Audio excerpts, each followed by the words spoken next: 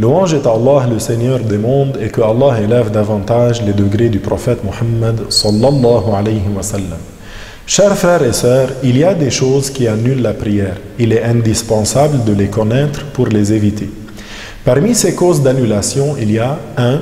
La parole délibérée, c'est-à-dire que si la personne en prière prononce une parole faisant partie du langage courant des gens, ne serait-ce qu'une lettre ayant une signification ou plus qu'une lettre, délibérément et en se rappelant qu'elle est dans la prière, alors sa prière est annulée. Quant au dhikr de Allah, ça veut dire l'évocation de Allah, il n'annule pas la prière. 2. Manger ou boire. Si la personne en prière mange ou boit délibérément, en se rappelant qu'elle est dans la prière, même si c'est aussi minime qu'un grain de sésame, sa prière est annulée. 3. Faire de nombreux mouvements. Celui qui fait de nombreux mouvements, en faisant par exemple des mouvements consécutifs qui durent autant de temps qu'une rak'a, sa prière est annulée.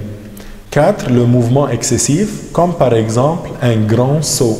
5. Le simple geste si c'est dans l'intention de jouer, comme par exemple bouger la langue ou la paupière dans l'intention de jouer.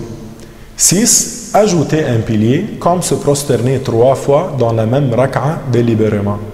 7. Le changement d'intention, comme faire l'intention d'interrompre la prière ou hésiter à l'interrompre ou faire dépendre l'interruption de la prière de quelque chose en se disant par exemple « Si quelqu'un frappe à la porte, j'interromps la prière ». Dans ces cas-là, la prière est annulée sur le champ. 8. Le hadath, comme par exemple une sortie de gaz. Je finis en demandant à Allah Ta'ala de nous accorder sa miséricorde et d'augmenter notre connaissance, que la paix et le salut soient sur vous, et à la prochaine.